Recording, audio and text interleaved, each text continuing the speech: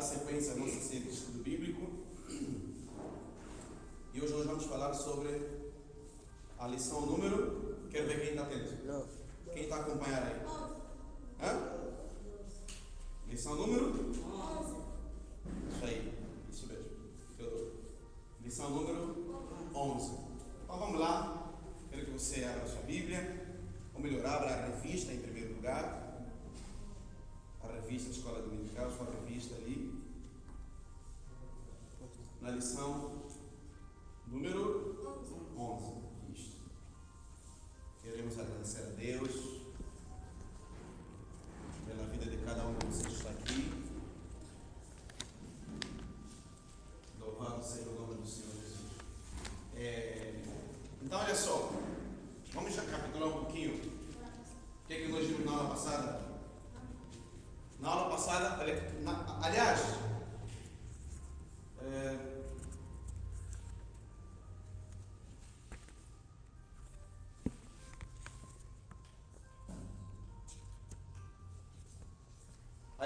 não foi na aula passada não. Na aula passada e na aula antepassada. Vocês lembram? Na aula antepassada, isso é, há 2 meses atrás, nós falamos da história do apóstolo Paulo, né? Sim. Falamos da história do apóstolo Paulo.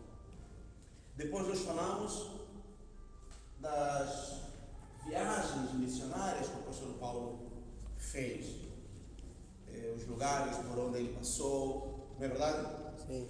As igrejas que ele fundou, não é verdade? Sim. Nós vimos que o apóstolo Paulo fez mesmo quantas viagens missionárias? 3 viagens missionárias, não é verdade? Sim. O apóstolo Paulo fez quantas? 3. 3 viagens missionárias. Então nós vimos que na primeira viagem missionária ele começou o seu trabalho ali na cidade de Chipre, não é?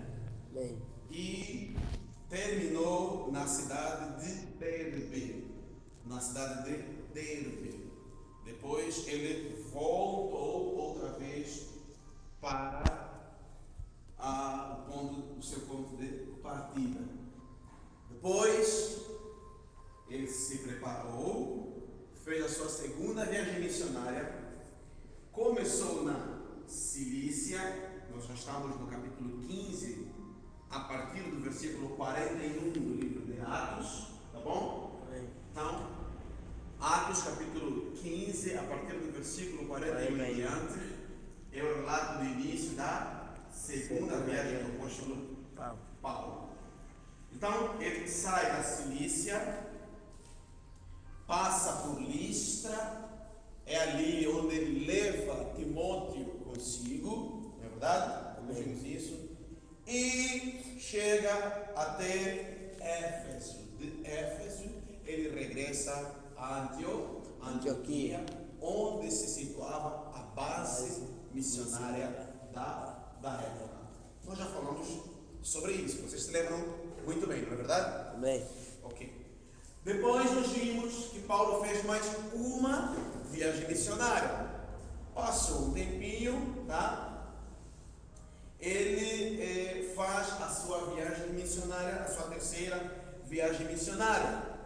Ele começa por visitar a cidade da Galácia e Frígia, termina em Cesareia. Portanto, nós já estamos no livro de Atos, capítulo de número 21, tá bom? Então, ele termina em Cesareia. Depois, ele volta para Jerusalém. Lembram-se? Ele volta para Jerusalém, tá? A igreja o recebe, ele é preso, faz a sua primeira defesa, tá bom? O Sinédrio, tá? Depois é levado outra vez para Cesareia, faz outra vez a sua defesa diante de Félix, é preso durante um período de 2 anos, tá bom? É preso durante um período de 2 anos. Nesse momento, então, o apóstolo Mas não nos esqueçamos que ele era cidadão romano. Portanto, o apóstolo Paulo apela para César. Está acompanhando? Ele apela para César. Quem era César mesmo? Quem era César mesmo? A autoridade máxima do Império Romano. Está acompanhando? Não. A autoridade máxima do Império Romano. Então, ele apela para César. Tudo bem? Ele, então, faz a sua defesa perante o rei Agripa. Nós já estamos em Atos capítulo 26. Tá bom? E então, ele é levado para Roma. Atos capítulo 27. À noite tem uma visão. Deus fala com ele por intermédio de um anjo. Tá bom? Confirmando que importava que ele devesse comparecer perante César em Roma para testemunhar do amor de Cristo. Tá bom? Depois, então, ele chega a Roma, prega em Roma. E atenção, ali em Roma, durante o período que o apóstolo Paulo está em Roma, ele escreve 6 cartas. Então, vamos lá. Quantas cartas ao total o apóstolo Paulo escreveu mesmo? Foram quantas? 13. Muito bom. Foram 13 cartas. Incluindo, provavelmente, através de várias evidências, um dia vamos estudar a carta aos Hebreus e vamos então tentar descobrir muitas evidências que ali estão, que explicam que efetivamente o apóstolo Paulo teria escrito aquela carta. Então, certeza mesmo, certeza, são 13. E provavelmente a carta ao Hebreu. Então, se incluirmos a carta aos Hebreus, o total dá cá? Dá 14 cartas.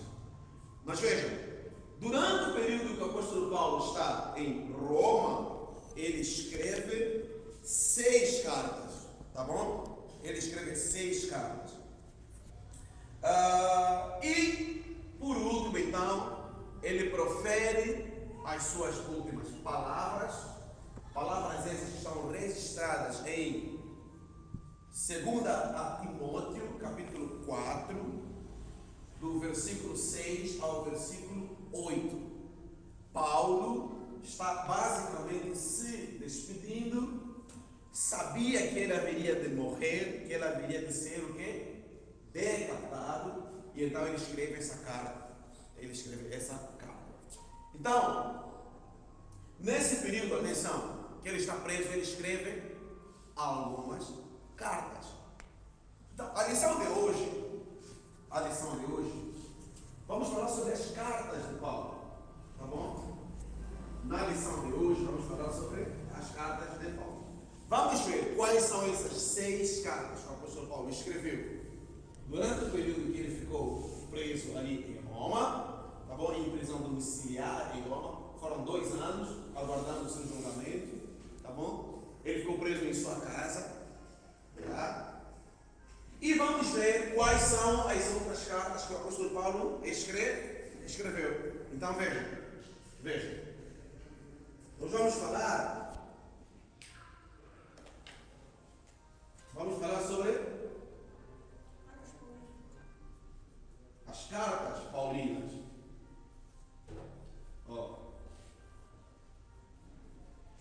As cartas paulinas. Uma informação básica que você tem que ter a partir de agora já foi a que eu acabei de falar para você.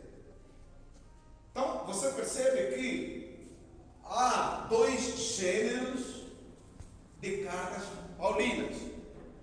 Há aquelas que foram escritas na prisão e aquelas que foram escritas fora da prisão.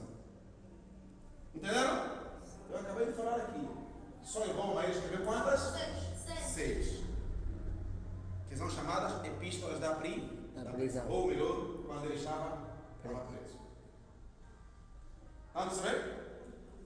Ali ele escreve 6. Há um reparo que eu tenho que fazer. Um reparo que eu tenho que fazer. Eu estou falando que ali ele escreve 6 cartas. 6 cartas. Mas você precisa ser inteligente e perceber o seguinte. Eu não necessariamente estou dizendo que as 6 que ele escreveu ali, ele escreveu na prisão. Porque a prisão que ele estava ali não era uma prisão domiciliar, ele estava em casa. Vamos saber? Não sei se vocês estão entendendo o raciocínio. É a mesma coisa você falar assim, irmão, você está preso na tua casa, não sai. Aí você em casa escreve. É diferente, ele está na comarca. Vamos saber? Então, entenda, tenta fazer essa diferenciação, tá? Porque epístolas mesmo da prisão, isso é que o apóstolo Paulo escreveu quando ele estava preso na cadeia, são outras, tá? Diferente dessas 6 que ele escreveu quando estava em Roma. Em Roma era a prisão domiciliar. Entenderam a diferença? Para não fazer confusão? Amém? Tá bom, mas de qualquer maneira, vamos analisar quais são aquelas que ele escreveu mesmo na prisão e quais são aquelas que ele escreveu não na prisão. Amém, amados? Alguma dúvida até aqui? Dúvida? Então, vamos lá, prosseguir. Então, olha só. Então, vamos tentar aqui fazer uma diferenciação. Abra sua Bíblia, por favor, em segunda carta do apóstolo Pedro, capítulo 3, verso número 15. Segunda de Pedro,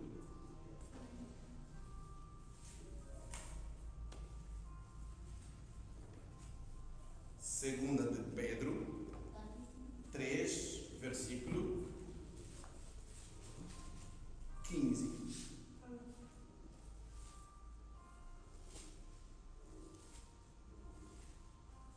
Quem achou? Por favor, leia. Lembre que a paciência do nosso Senhor é uma oportunidade para vocês serem salvos. Pois o nosso querido irmão Paulo, com a sabedoria que Deus lhe deu, escreveu a vocês sobre esse assunto. E foi isso mesmo que ele disse em todas as suas cartas. Quando escreveu a respeito disso, nas cartas dele há algumas coisas difíceis de entender. Os ignorantes e os fracos na fé explicam de maneira errada, como fazem também com outras partes das Escrituras Sagradas. Tá bom, chega, só pedir para ler o 15, você já passou. É importante. Olha só. Não sei se vocês entenderam o que o apóstolo Pedro explica aqui nesse texto que o Lavinho acabou de ler. Olha só, vamos ler todos juntos com bastante atenção. Segunda de Pedro, capítulo 2, capítulo 3, melhor dizendo, versículo número 15. O que o apóstolo diz? Vamos lá, repetir todos nós juntos. Vai na tela. O que ele diz? Tende por salvação a longanimidade do nosso Senhor. Como também o nosso amado irmão Paulo vos escreveu segundo a sabedoria que lhe foi dada. Vamos saber? Segundo a sabedoria que lhe foi dada. Em outras palavras, o que nós estamos observando aqui? Nós estamos observando que o próprio apóstolo Pedro, ele que era, nesse contexto, na época aqui, a autoridade máxima da igreja, reconhecendo a autoridade dos escritos paulinos, das cartas de Paulo. Tanto que isso é verdade, que o próprio apóstolo Pedro vai dizer assim, olha, o nosso irmão Paulo escreveu com a sabedoria que lhe foi dada por Deus. Estamos sabendo, irmãos? Então, tudo isso para dizer que as evidências de que, naturalmente, os escritos paulinos foram inspirados por Deus, começa mesmo dentro da igreja. O próprio apóstolo Pedro reconhecendo isso. Amém, amados? E olha o versículo 16, que o Lavinho também leu. O que é que diz o 16? Falando disso, vírgula, como em todas as suas epístolas, está vendo? Em todas as suas cartas, epístolas, tá bom? Entre as quais, olha aí, há o quê? Pontos difíceis de entender. Olha só o que Pedro está dizendo. Paulo está dizendo que o nosso irmão é fera. Pedro está dizendo que o nosso irmão Paulo, ele é fera. Ele escreve, e escreve de uma maneira. Tanto é assim que há coisas que ele escreve que é difícil qualquer um entender. É o estilo, isso chama-se estilística. Tá bom? Quer dizer, é o estilo, é a característica própria do sujeito que escreve. Está a perceber? E olha que ele diz assim, que os indoutos, olha aí, que os quê? Os indoutos, quer dizer, aqueles que não são estudados, aquelas pessoas que são muitas vezes analfabetas, os indoutos e inconstantes torcem e igualmente as outras escrituras para a sobra, para perdição. Em outras palavras, ele está dizendo que muitas das vezes o que o apóstolo Paulo escreveu, em muitos lugares as pessoas não entendem. E às vezes pegam aquilo que o apóstolo Paulo escreveu e distorcem aquilo que o apóstolo Paulo escreveu. É basicamente isso que ele está dizendo. Vejam, atenção. Só isso que eu acabei de explicar aqui para vocês já nos dá, irmãos, uma percepção muito abrangente da importância dos escritos de Paulo dentro da Bíblia Sagrada. Amém, amados irmãos? Eu vou voltar a repetir aquilo que eu já falei na semana passada. É Paulo que é o ícone do cristianismo. Está a perceber, irmãos? É Paulo que é o ícone do cristianismo. Claro que Jesus, ele é o cabeça. Correto? Jesus é o cabeça, evidentemente. Amém, amados? Para os católicos, depois vem Pedro. Pedro, segundo os católicos, é a coluna, é o sustentáculo. Está a perceber? Porque daquela famosa frase que Jesus disse: olha, tu és Pedro, e sobre esta pedra eu edificarei a minha igreja e as portas de... Lembram? Jesus falando para Pedro? Olha, então os católicos levam muito em consideração isso. Para nós, os evangélicos, cristãos evangélicos, para sermos sinceros, isso até é irrelevante. Não é verdade, irmãos? É irrelevante. Porque nós não encaramos Pedro como, nessa perspectiva que os católicos encaram, ao ponto até de considerá-lo como o primeiro Papa. Não. Para nós isso já é forçar demais a barra em relação à interpretação das Escrituras Sagradas. Contudo, todavia, olhe para mim, por favor. Contudo, todavia, para nós, os cristãos evangélicos protestantes, Paulo é o ícone. Vamos explicar por quê. Porque é Paulo que condensa, explica um conjunto de doutrinas que ninguém, nem mesmo o próprio Senhor Jesus Cristo, explicou dentro das Escrituras. Toda, digamos assim, o esboço de doutrina do cristianismo, é Paulo quem esboça quase tudo. Paulo fala de assuntos que ninguém mais fala. Paulo fala de ética cristã, Paulo fala do relacionamento do cristão com a sociedade, Paulo fala do relacionamento do cristão com o mundo, Paulo fala do relacionamento da igreja para a igreja, irmão com irmão, Paulo fala do casamento. Na verdade, irmãos, Paulo, ninguém fala, por exemplo, da fé. Olha, e mais do que isso, irmãos, ninguém fala mais da graça de Deus do que o apóstolo Paulo. Amém, amados irmãos? Qual é o versículo famoso que nós conhecemos nas Escrituras Sagradas que mudou o mundo?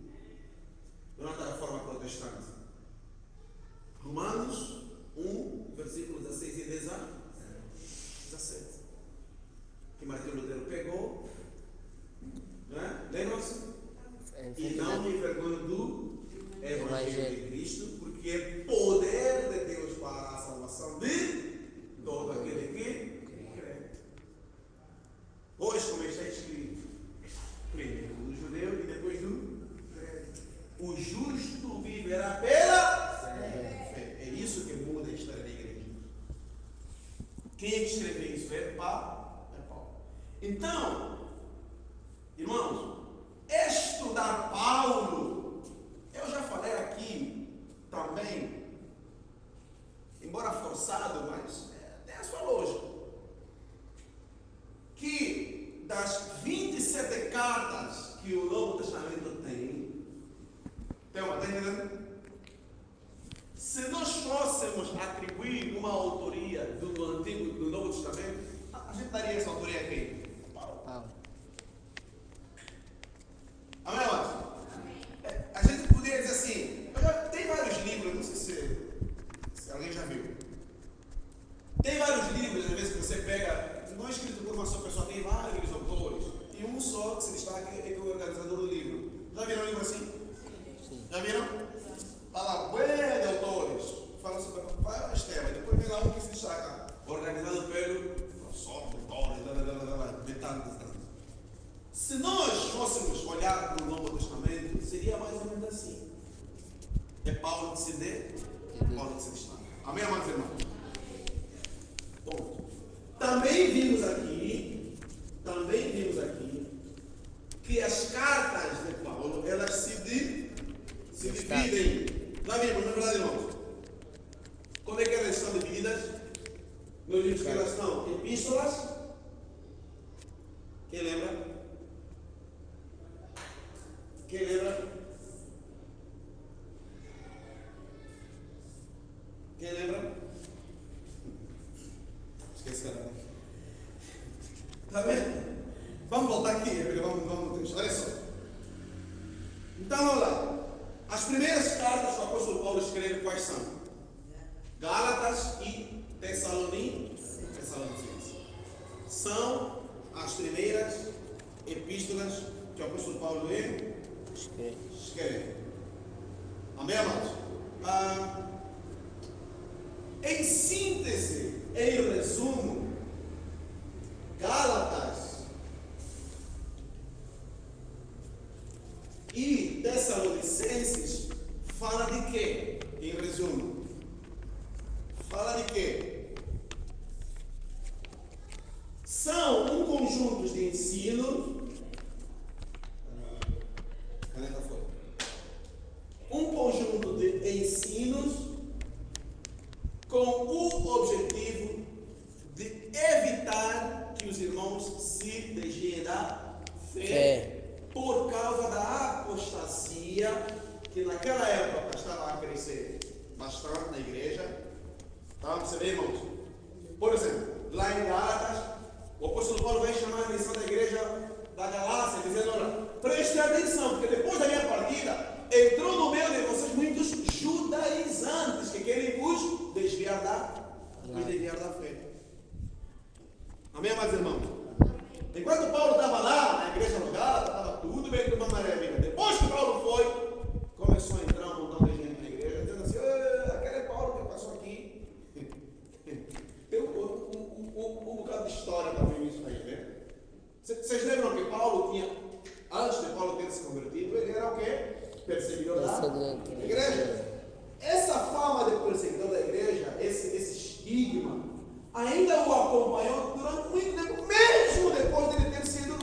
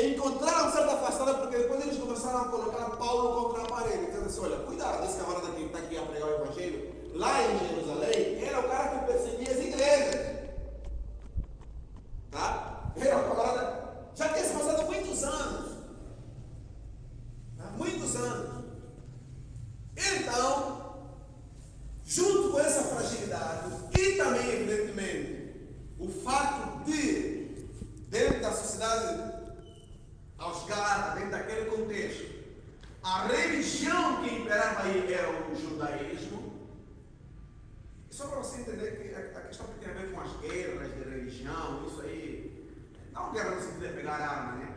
Guerra santa, não, mas assim, essa ideia de mercado da fé, onde um puxa mais da sua sardinha, outro também puxa da sua sardinha, um quer dar mais show que o outro para aparecer mais, um quer... Isso sempre existiu e sempre vai continuar a existir. Está percebendo o que eu quero dizer? Pois. Então, tinha esse problema dentro da igreja de Gálatas. Eu não tenho tempo para ler a carta aos Gálatas, mas se vocês quiserem, rapidinho, abre só os Gálatas, vamos ver, só um pouquinho, só para vocês terem ideia, para vocês entenderem exatamente. Depois você lê em casa, vai lá, abre os Gálatas, a carta aos Gálatas.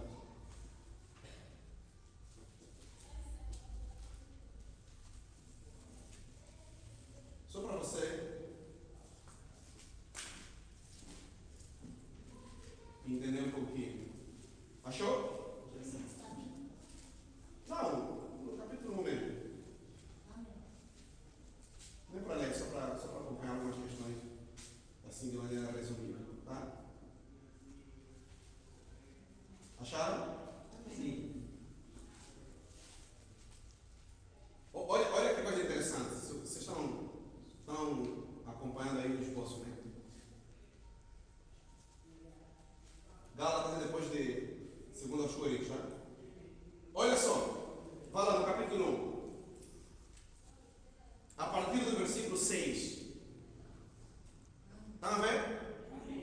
Olha o que diz.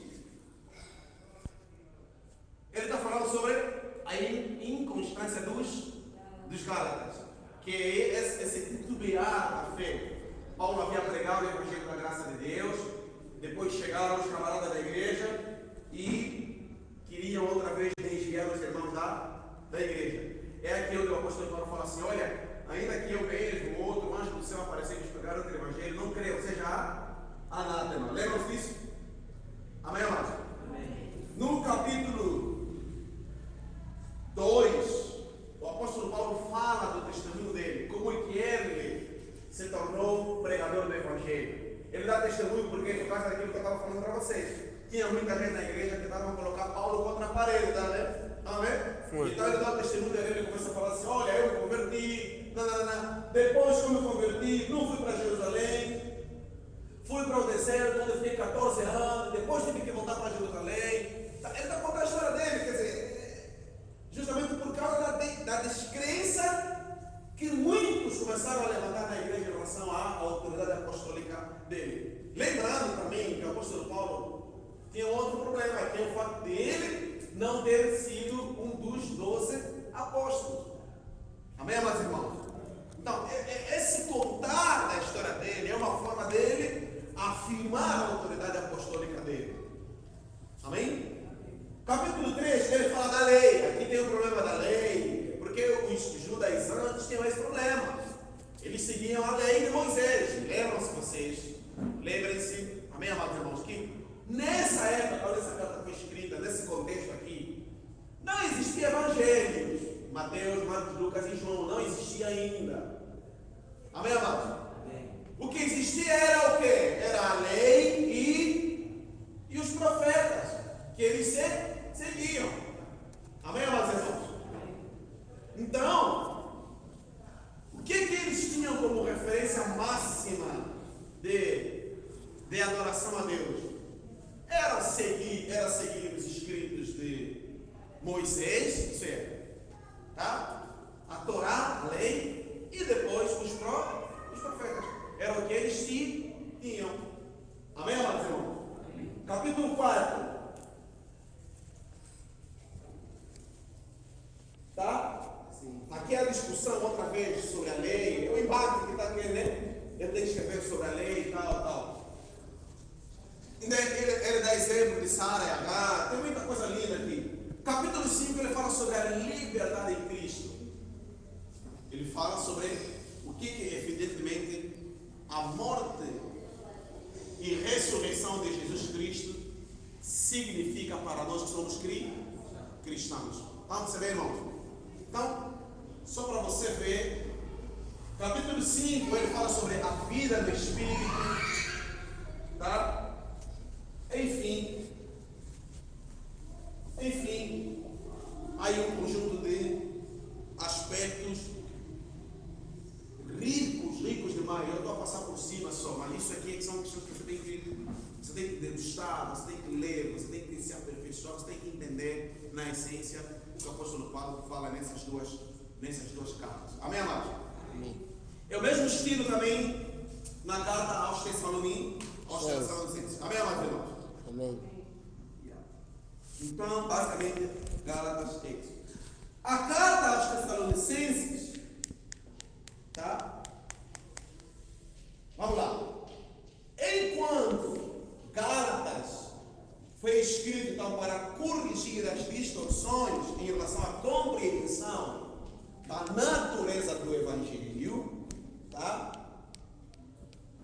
A carta aos Tessalonicenses tem um outro objetivo.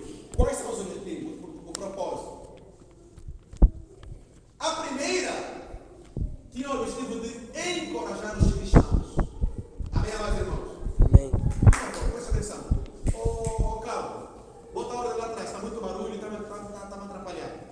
O que essas crianças entram, saem?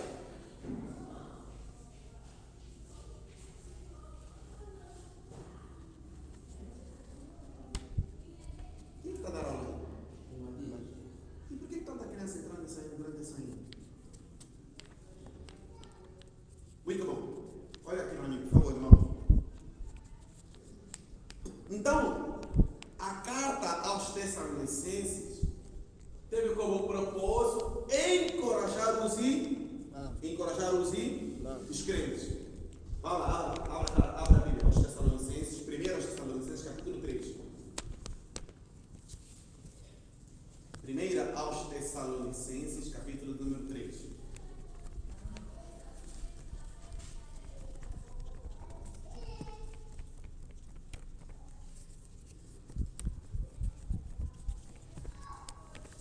Abriu?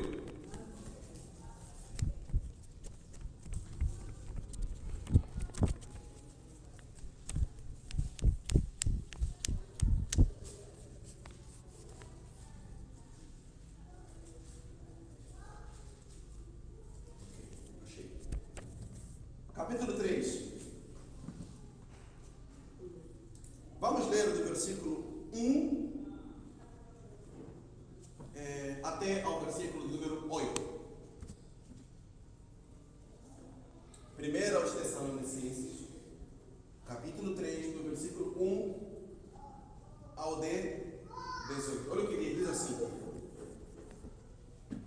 pelo que não podemos suportar mais o cuidado por vós, achamos por bem ficar sozinhos em Atenas. Amém, amados? Então, ele aqui está falando sobre durante uma das suas viagens missionárias, tá bom? Ele está explicando como é que o apóstolo Paulo, como é que ele administrava a sua equipa. Então ele diz assim: nós preferimos ficar sozinhos em Atenas. Lembra quando o apóstolo Paulo chegou em Atenas, que ele pregou aquele sermão famoso ao Deus desconhecido, que eu expliquei na aula passada, que foi durante a primeira, segunda ou terceira viagem missionária? Segunda. O apóstolo Paulo chegou em Atenas, Grécia. Segunda. Atos capítulo 17. Lembram-se? Segunda viagem missionária. É durante a segunda viagem missionária, atenção. É durante a segunda viagem missionária que ele chega em Tessalônica. Atos capítulo 17, ele funda a igreja em Tessalônica. Depois dele passar por Filipos. Amém, amados? Amém. Lembre-se que em Filipos, onde há aquele problema na casa de Lídia, aquela moça empresária, lembram-se? Sim. Depois eles são presos. Acontece a conversão do carcereiro. Lembram? Atos 16, 32, onde está aquela famosa creia no Senhor Jesus Cristo será sala de escola da tua casa, lembra? Sim. É na cadeia que acontece aquilo. Eles estão presos ali. Está a perceber? Durante o dia apanharam um montão de pancada. À noite estão presos na cadeia. Paulo e Silas cantam louvores. Aparece um anjo que abre os portões da igreja. Eles são libertos. E aí depois eles partem para Tessalônica. Atos capítulo 17. E em Tessalônica, onde ele funda a igreja aos Tessalonicenses. Pronto. É para esta igreja aos Tessalonicenses, ali em Tessalônica, durante a segunda igreja missionária que ele funda esta igreja. Depois, mais tarde, então ele escreve essa carta aos Tessalonicenses, duas, primeira e segunda aos Tessalonicenses, com o objetivo de encorajar aí a igreja a ficarem firmes, a não se desviarem. Amém, amados? Então, vamos lá, voltando no capítulo 3 de primeira aos Tessalonicenses. Olha o que diz assim: e enviamos Timóteo, verso 2. Está acompanhando? Verso 2. Tem uma? Está acompanhando? Tem uma? Está acompanhando? Verso 2. Pode ler, versículo 2. Primeiro aos Tessalonicenses, capítulo 3, versículo 2. Então, pode ler?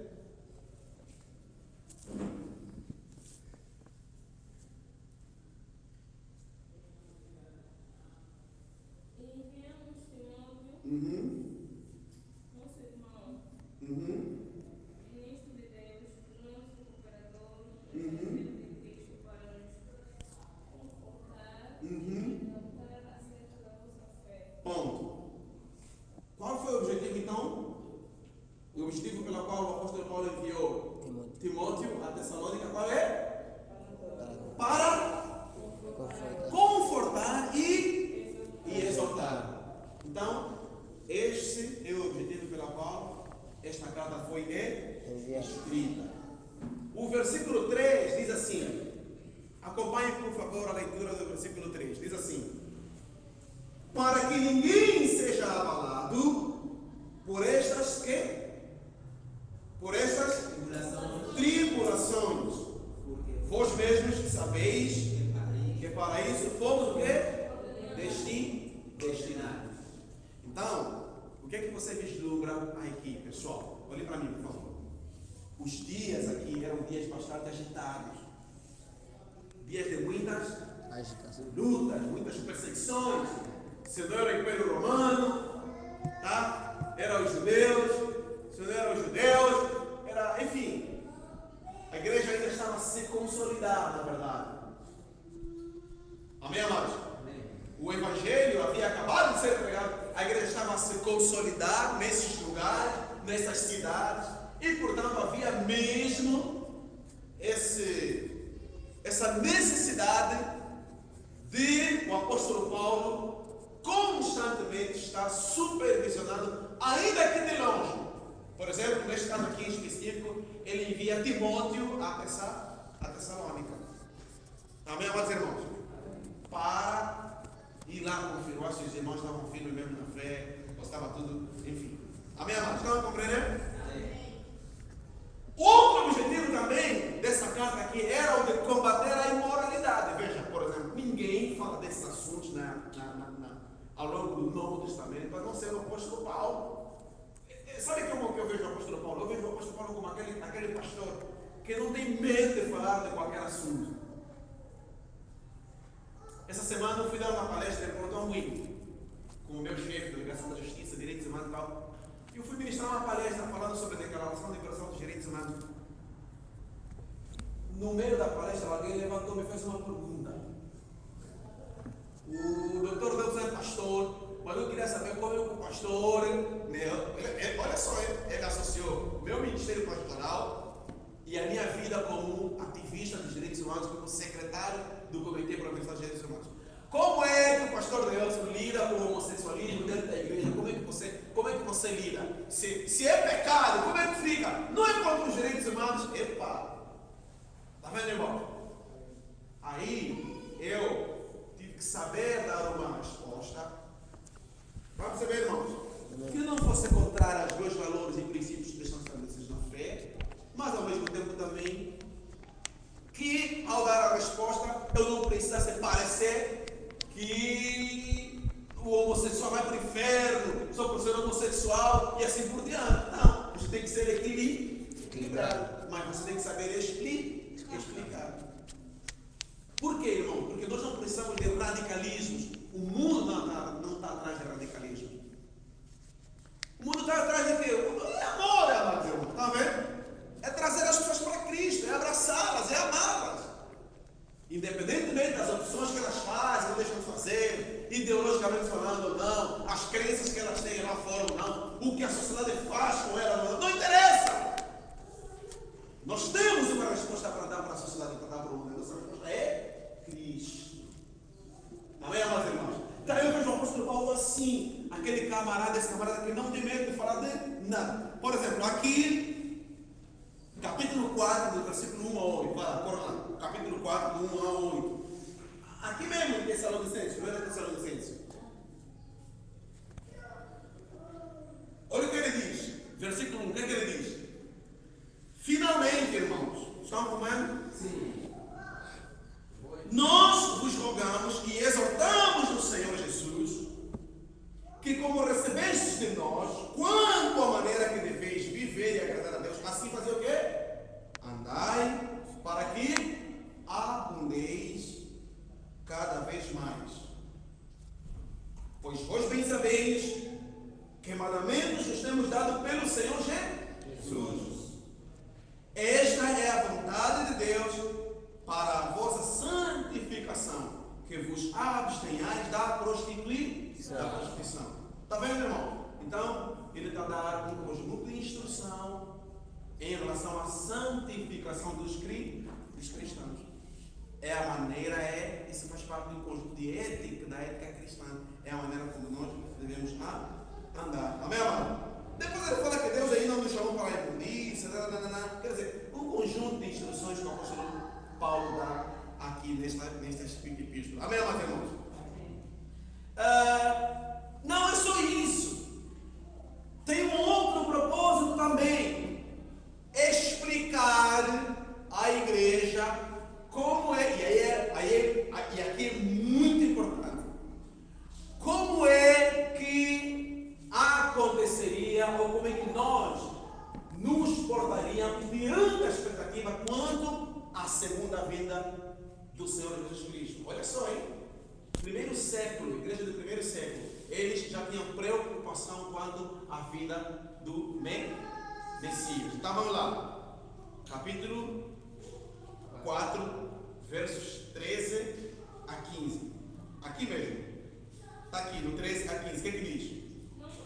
Quanto à vinda do Senhor, não quero, porém, irmãos, que sejais ignorantes acerca dos que já dormem. Isso é acerca dos que já morreram. Para que não vos entristeçais como os demais que não têm esperança. Cremos que Jesus morreu e ressurgiu. Assim também cremos que Deus tornará a trazer com ele todas as... Sabe por que está acontecendo isso? Porque ele tem que dar essa explicação na igreja, irmãos. Vocês lembram que eu expliquei ano passado? O que o farisaísmo tinha? Lembram-se? Eles não criam na ressurreição. Amém, amados irmãos? Amém. Não criam na ressurreição. Qual é a mensagem central do Evangelho, irmãos? Crer na ressurreição. Não, sim. Crer na ressurreição. Qual é a mensagem central do Evangelho? É que Cristo morreu e ele ressuscitou. Tem que completar, irmão. Não é só falar que é Jesus Cristo que morreu por mim, por meus pecados. Não. Você tem que completar. A mensagem central do Evangelho é que Cristo morreu pelos meus pecados. Ao terceiro dia ele fez o quê? Ressuscitou. Ele foi para os céus e prometeu que viria para nos buscar, para que onde ele estiver, nós estejamos lá. Isso se chama esperança cristã. Isso aqui, meus amados irmãos, é a chave para a compreensão do cristianismo. E olha, é aqui onde reside a diferença em relação a outras religiões que existem por aí pelo mundo afora. No mundo existem mais de 1000 religiões. Sabia disso? Sabiam? No mundo existem mais de 1000 religiões. Mas de todas as que existem, a única que tem a mensagem da morte, ressurreição e vinda para nós estarmos com Ele é o cristianismo. Amém, amados irmãos? Vamos perceber? Então o apóstolo Paulo tem que dar uma explicação aqui para os nossos irmãos de Tessalônica. Por quê? Porque eles ainda estavam com aqueles vícios do judaísmo. Amém, irmão? Vamos perceber a ideia? Amém? Então, é tipo nós aqui na África. Mesmo já temos crido no Evangelho, ainda precisamos ser polidos, lapidados, porque nós ainda temos muitos vícios da nossa cultura, das nossas tradições, dos nossos costumes. Não é verdade, irmão? Um conjunto de crenças que chocam de maneira direta com as verdades do Evangelho. Amém, amados irmãos? Vamos ver? Na nossa cultura tem muitas práticas que chocam ainda com o Evangelho. Então precisamos que o tempo todo nós lapidar. É a mesma coisa que o apóstolo Paulo está falando aqui. Só que aqui ele está falando em relação à morte e ressurreição de Cristo. E ele aproveita esse gancho para falar também de como é que aqueles que morreram em Cristo, não é? O que acontece àqueles que morreram em Cristo? Veja só, vamos seguir. Verso 14. Verso 14, o que diz? Cremos o quê?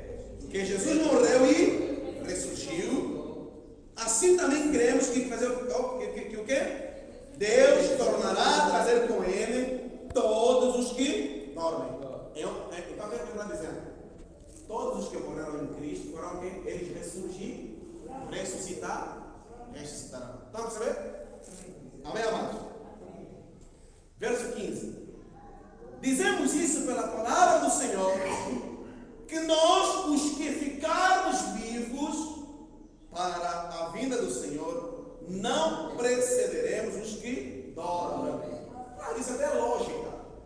É lógica, claro.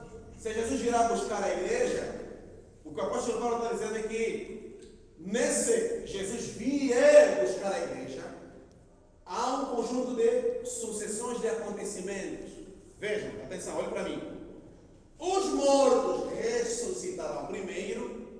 Se os mortos ressuscitarem primeiro, então nós, os que estamos vivos, não precisaremos morrer mais para ressuscitar. Não. Amém, amados? Amém. O que vai acontecer? Nós iremos ao encontro de Cristo. Os que estamos vivos e aqueles que ressuscitarão. Amém, amados? Amém. Pois o mesmo Senhor, verso 16, descerá do céu com grande brado e voz de alarido, ao som da trombeta de Deus, e os que morreram em Cristo ressuscitarão primeiro. Depois, eu acabei de falar agora, nós, os que ficarmos vivos, seremos arrebatados com Ele nas nuvens para o encontro com o Senhor dos ares. E assim o quê?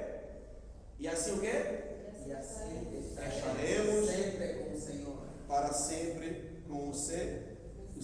Portanto, consolai-vos uns aos outros com estas palavras. Glória a Deus, irmãos.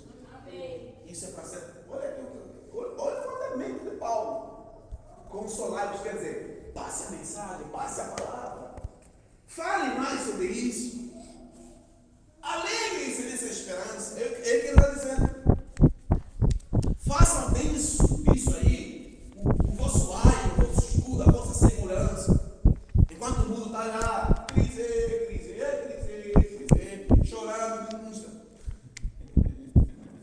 Ontem vi uma imagem no Facebook. Arroz, tem um montão de memes no Facebook do cara de arroz. Tem uma imagem de um camarada assim, pronto, aí eles escreveram assim, nunca mais gasta arroz, tá vendo? Parece que é o que mais subiu, né? Yeah. Enquanto nós estamos preocupados com essas coisas, tem algo acontecendo que nós não podemos perder a expectativa.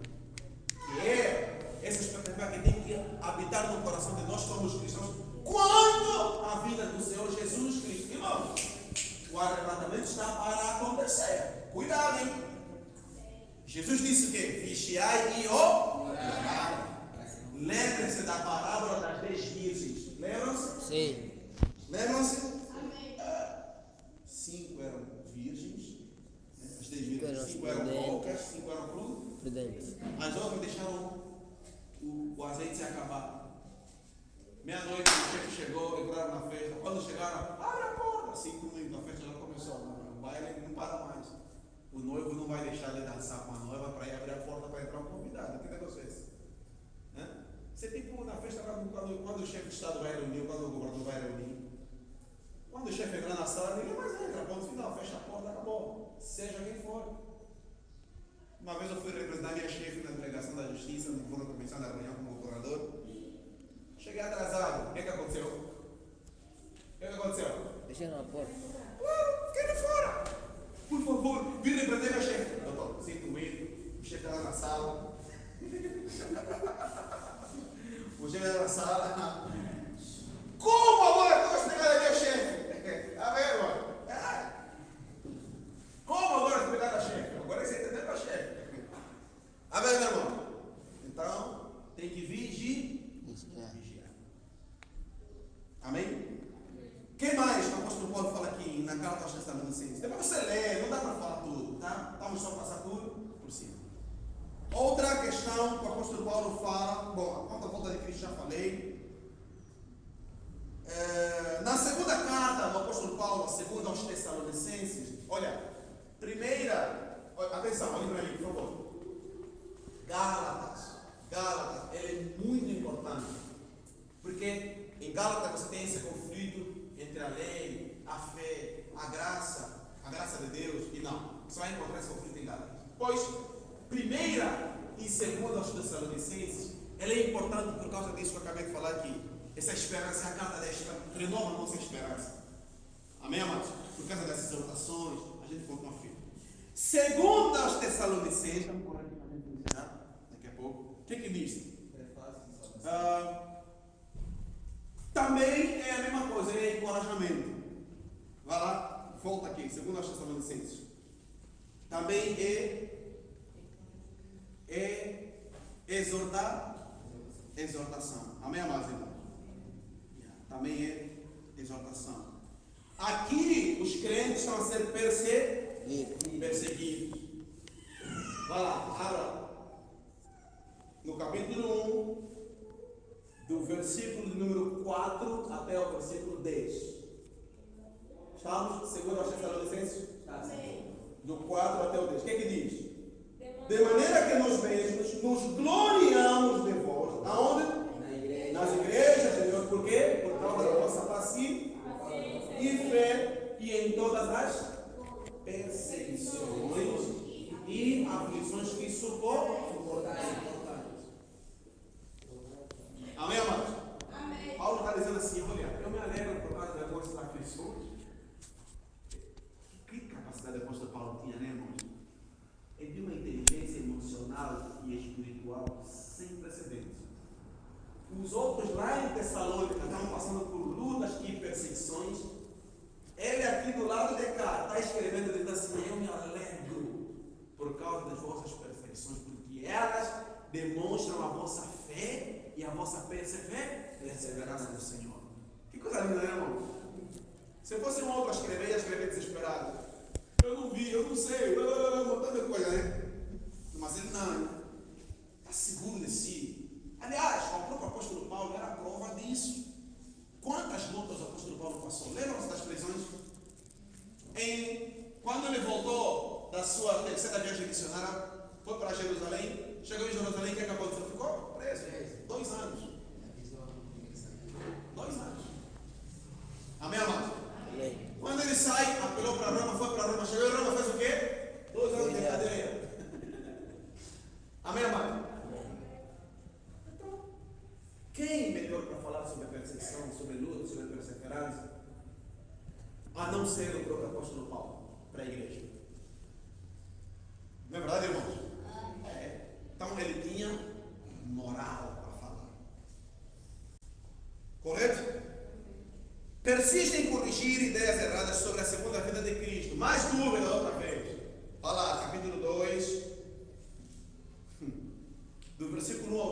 aqui ele fala outra vez sobre a vida de Cristo.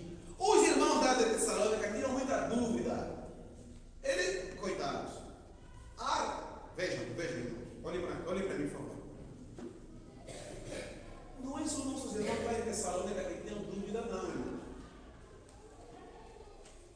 Nós mesmos também, hoje não nas igrejas, muitos têm dúvida em relação à vida de Cristo Jesus. Sobretudo, quando fazem uma análise da realidade em que o mundo se encontra hoje. Quando você olha para as injustiças, quando você olha para a miséria em vários lugares do mundo, irmãos,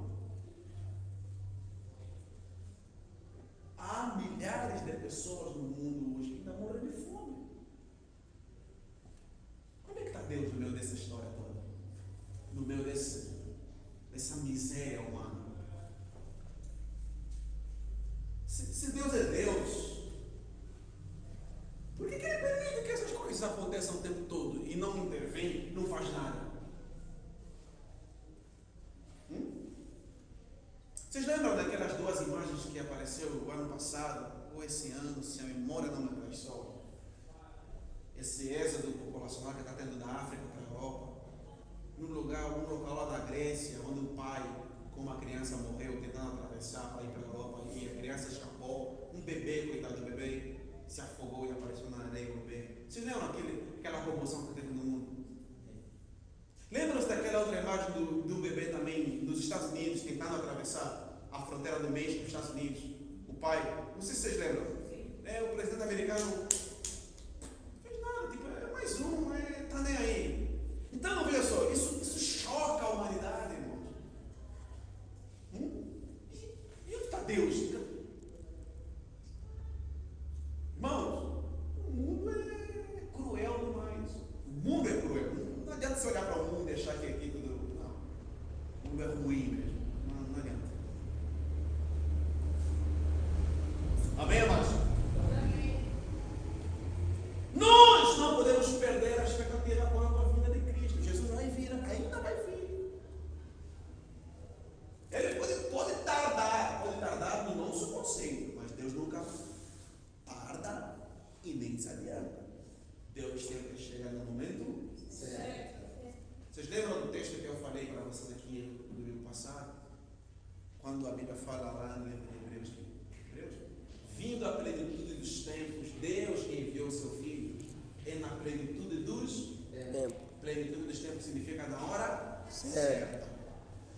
Nem um minuto mais, nem um minuto menos. Deus ainda está no controle da história, irmãos. E Ele vai voltar. Acredite. Quer você queira, quer você não queira, Jesus vai voltar. Jesus vir, Jesus virá. Amém, queridos irmãos? Amém. Verso 2, capítulo 2, vamos acompanhar? Ora, irmãos, quanto à vida do nosso Senhor Jesus Cristo, está vendo, irmãos? Mais uma vez, já foi tratado na primeira carta e agora está voltando a ser tratado outra vez na segunda carta. Então, olha só agora as coisas que ele fala aqui. Ele diz assim: quanto à vida do nosso Senhor Jesus Cristo e a nossa reunião com Ele, rogamo-vos que não vos. Vamos, versículo 2. Rogamo-vos o quê?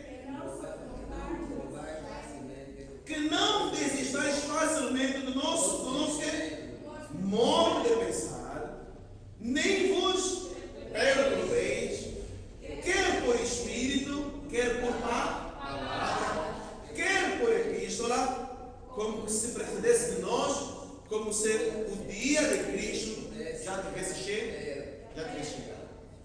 Ninguém, verso 3, de maneira alguma vos engane, pois isso não acontecerá sem antes que venha a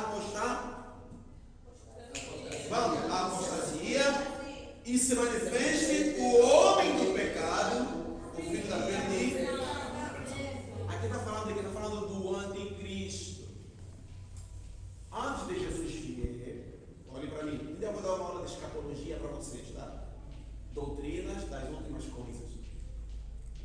Antes de Jesus Cristo vir buscar a igreja, o anticristo vai se manifestar.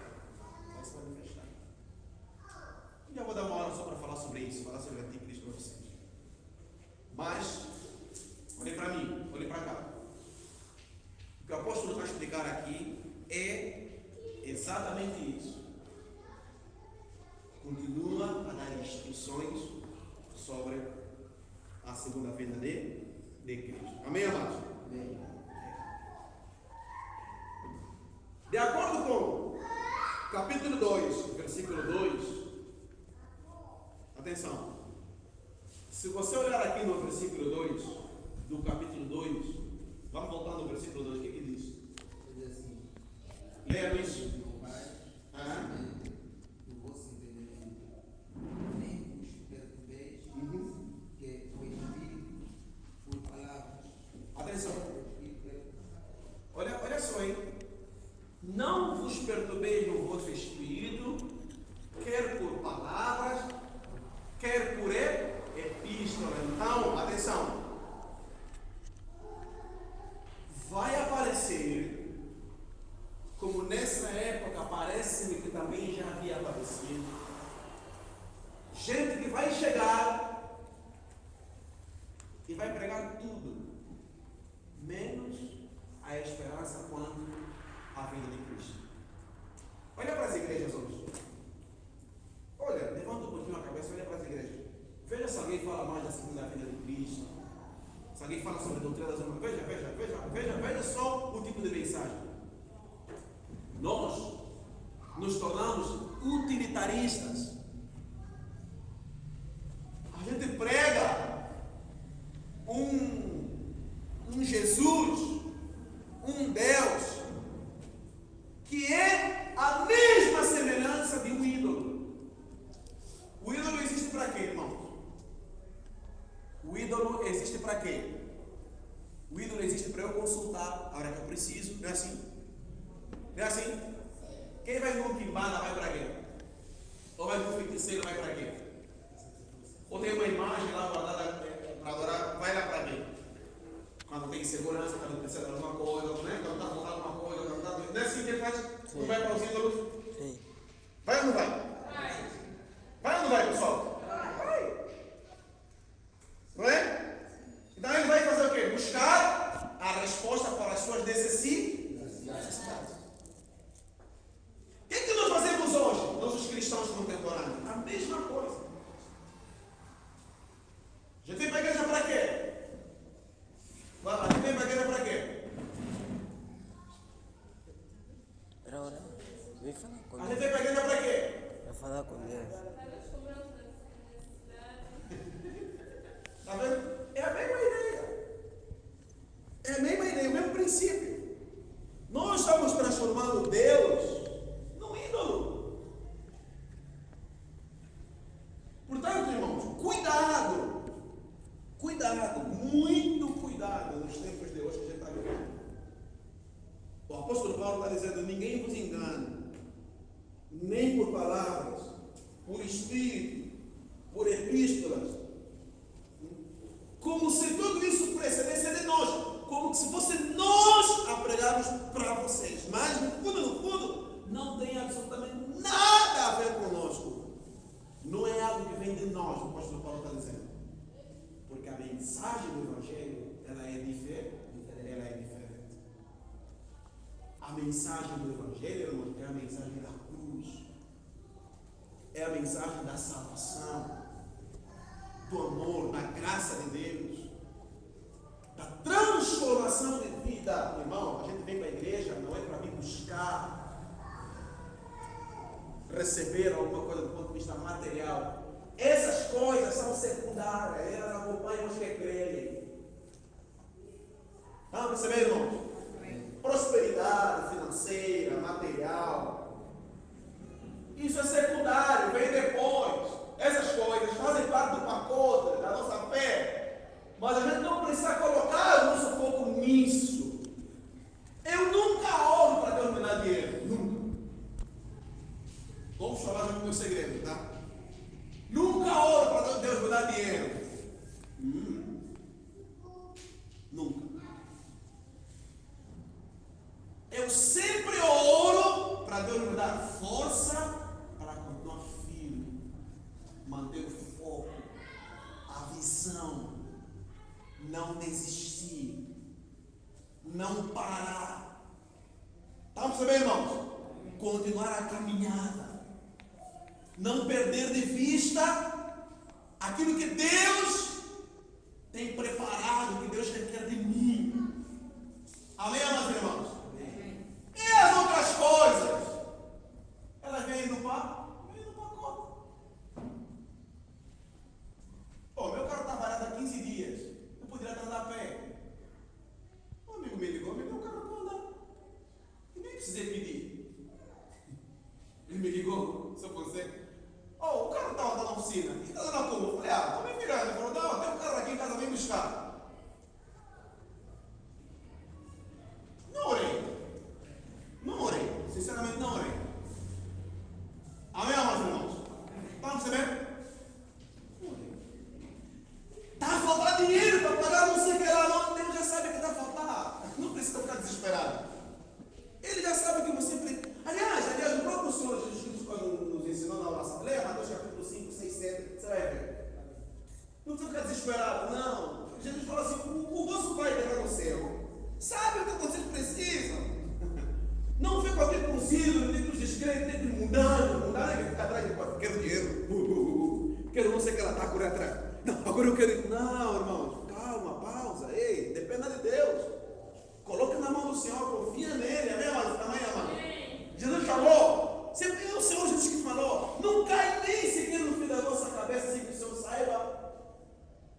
Jesus falou, olhe para as aves dos céus, elas não plantam, não semeiam, não colhem, não fazem nada. Contudo, o vosso Pai que está no céu faz o quê? Ali. Amém. Então, quanto mais vocês são filhos dele? Ou você acha que Deus é tão justo a ponto de tratar melhor uma árvore, um pássaro? Não deixar faltar nada para um pássaro e faltar para você que é filho. Não, sabe qual é o problema? É que não há fé em nós.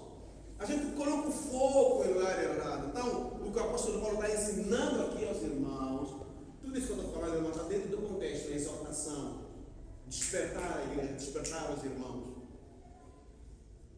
Amém, amados? Não, o teu foco é em Cristo. Fica firme só em Cristo. Busque só o Senhor. Clame só a Ele. Busque sua visão nele. Olhe só para o Senhor, abre os meus olhos para que eu possa ver. Olha, ali fora do mundo, irmão, tem um montão de oportunidades. Só não aproveita quem é cedo. Tem um monte de oportunidades. O país, nesse contexto de crise que nós estamos a viver, tem um montão de oportunidades. Só não aproveita quem é cego. Tem um montão de oportunidades. Então, olha com os olhos do Senhor, olha com os olhos de Deus, irmão. Passe a enxergar a vida de maneira diferenciada. Amém, amados irmãos? Amém. Principais cartas do apóstolo Paulo. A gente já encerrou. Na próxima semana eu vou continuar essa aula. Tá bom? Por quê? Porque a gente vai ver aqui alguns detalhes que o apóstolo Paulo fala. Por que é importante, irmãos, dessas 13 cartas? Porque há algumas cartas que são assim, a base da doutrina da igreja cristã. Por exemplo, 1ª, 2ª aos Coríntios. Nessas cartas, 1ª e 2ª aos Coríntios, está lá um conjunto de instruções que nós, como igrejas evangélicas cristãs protestantes, de tradição cristã evangélica protestante, seja reformada ou não, nós seguimos. Então a gente precisa destrinchar um pouquinho o que essas cartas falam, para a gente conseguir entender, na essência, o que é que o apóstolo Paulo estava querendo dizer para a igreja. E por que, mais do que isso ainda, por que essas cartas elas fazem parte do cânon das Escrituras Sagradas. Amém, queridos? Então, temos muito o que aprender.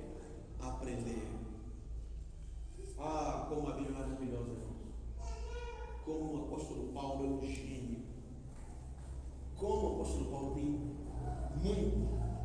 milhões de lições, coisas para nos ensinar. Amém, amados irmãos? Olha, para a gente encerrar, quero dizer uma coisa para você. Eu sempre digo o seguinte: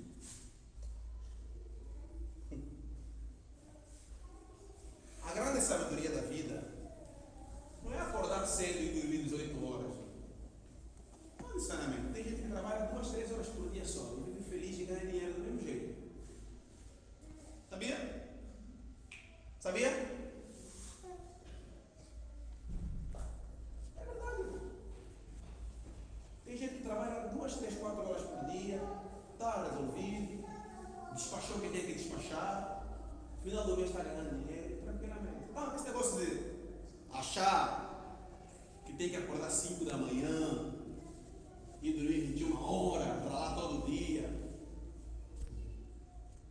Não é bem assim também não. Agora,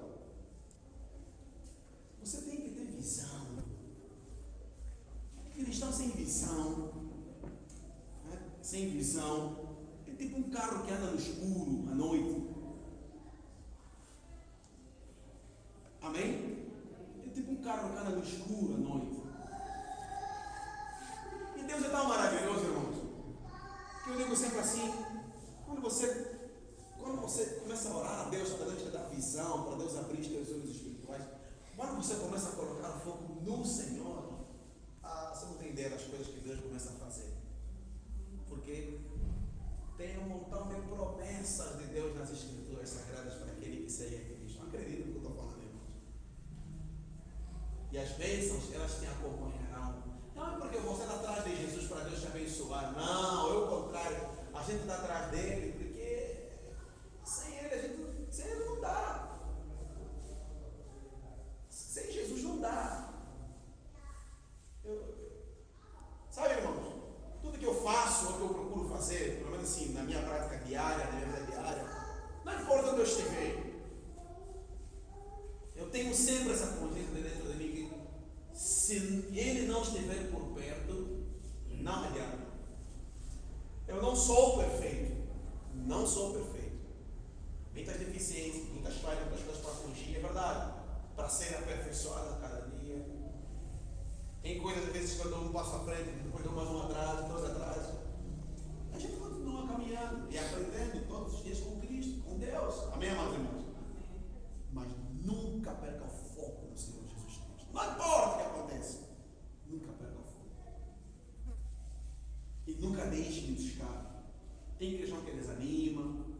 Se uma coisa não dá certo, já não vem mais para a igreja. Sabe, irmão?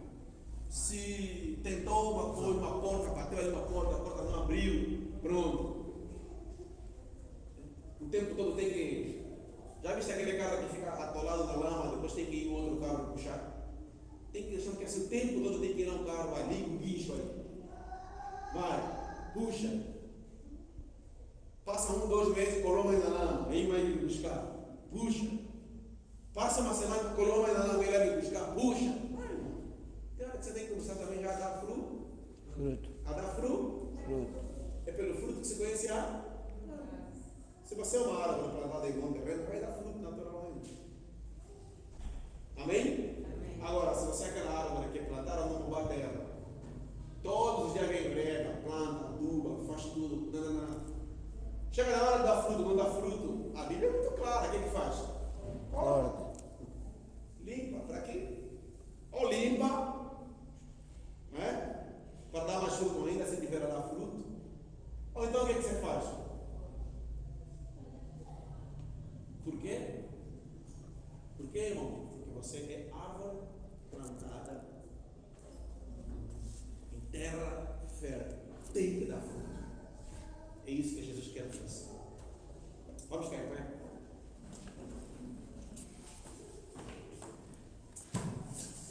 Glória a Deus. Que Deus te abençoe, irmãos.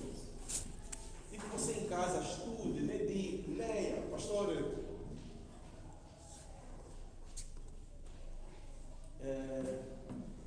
o pastor tem estado aqui toda semana, conduzindo o ministério de oração. Matias, os meninos têm estado aqui. Que tal se você começar através da sua vida de oração, começar através da sua busca a Deus? Que tal? Se você começar por olhar para Cristo, como autor e consumador da sua fé, crendo que Ele tem o melhor. Você crê nisso, irmão? Amém. Que Deus abra os teus olhos, como abriu os olhos de Paulo, e faça de você uma verdadeira coluna na casa de Deus. Coluna lá fora, coluna para o cristianismo. Irmão, tem tanta coisa que eu gostaria de fazer, mas eu não consigo, porque falta-me tempo, não dá. Tirei férias agora no dia 12, a partir de sexta-feira estou de férias.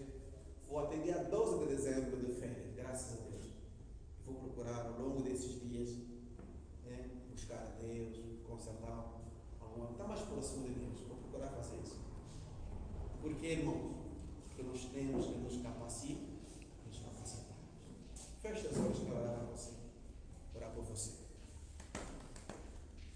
Senhor, nós queremos em nome de Jesus, ó Pai, louvar a Ti, agradecer a Ti, bendizer a Ti. Nós queremos, em nome de Jesus Cristo, ó Pai, agradecer-te pela vida de cada irmão aqui presente. Queremos pedir a Ti, Senhor Jesus, que o Senhor olhe para nós, estenda as Tuas mãos sobre nós, apesar, Senhor, da nossa fragilidade, humanamente falando, apesar da nossa insignificância, sim, porque nós não somos nada, somos pó, somos vapor que passa. Ainda assim, Senhor, aprove ao Senhor nos amar, nos chamar, nos capacitar. Aprove ao Senhor Deus agir em nós. E nós viemos aqui nesta manhã, Senhor, entregar as nossas vidas a Ti, consagrar tudo o que temos e somos, e declarar, ó Deus, a Tua presença sobre as nossas vidas para o louvor da Tua glória. Ó Deus, em nome de Jesus Cristo, ó Pai, nós nos colocamos diante de Ti, Senhor, consagramos tudo o que temos e somos diante de Ti. E Te pedimos, ó Pai, que o Senhor capacite a Tua igreja, capacite o Teu povo, capacite a cada um de nós, ó Deus, nos levando sempre a mantermos firme essa esperança viva, gloriosa que habita em nós, quanto à Tua presença, o Teu cuidado e quanto aos Teus propósitos para conosco, ó Deus. Pai, em nome de Jesus, nos colocamos diante de Ti. Sê conosco nesta manhã, ó Deus. Entregamos tudo, absolutamente tudo, nas Tuas mãos para a Tua honra e também para a